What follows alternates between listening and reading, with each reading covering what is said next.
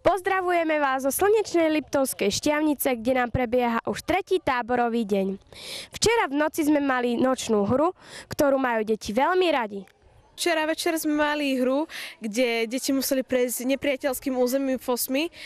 Veľmi potichu, nesmeli ani slovo hovoriť, ani šepkať, nič, museli ísť potichu, šli po sviečkách, prišli tam na lúku, kde boli skrytí fosy a museli prejsť k animátorovi, ktorý držal sviečku a museli mu ju sfúknuť.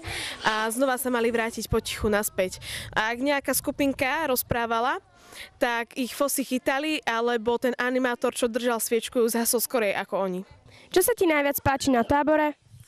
No, tieto aktivity, ranné stávanie a ešte to hľadanie animátoru a tá nočná hra, čo bolo včera. Najviac sa mi páči v tábore, sa mi páčia hry a dneska sa teším na kúpalisko. Dneska nám bolo oznámené, že prišla záchranná loď, tak deti začali plniť cestu cez ostrov. A začalo to tým, že prišli k balónom, kde museli nájsť papierik s nápisom Madagaskar.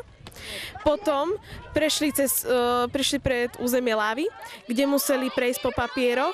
Po obede sme sa všetci spoločne vydali autobusom do Liptovského Jána, kde je termálne kúpalisko. Všetkých nás prekvapili miestne animátorky, ktoré si pripravili pre nás mladších aj starších tance vo vode.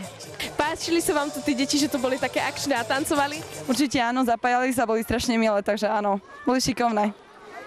A máte tu tak viac takýchto detí, čo tu tancujú tak a sú takéto aktívne? Každý deň tu bude nejaký program a stále tu máme aquagymy a minidisk a takéto veci, ale teraz to bolo fakt, že superové. Ako sa ti páči na kúpalisku? Je tu super voda! Hej, a páči sa ti, ako tie dve animátorky tam tancujú? Jasné! Hopsa, hopsa, hopsa, hopsa, hopsa, hopsa, hopsa. Je tu krásne, máme tu pesničky a všetko možné. A aká je voda? Voda je veľmi teplá, ale zrovna mi je zima. Čo sa ti najviac páči na kúpalisku? No, že sú tie tance tu a že sa tu môžeme zabaviť. A aká je voda? A tak dobrá, kto je dlhšie, tak je teplejšia. Nevadia vám tu toľké deti? Nevadia, my sa na nich radi pozeráme. Aj my sme tam pred chvíľou tancovali. Takže sa vám páči, ako tu tancujú? Áno, áno, veľmi sa nám páčia. Aj my tu s nimi tancujeme. Sú veľmi poslušné, hlavne teraz tancujú, tak majú program, tak nestíhajú sa ani blázniť. A boli už nejaké úrazy?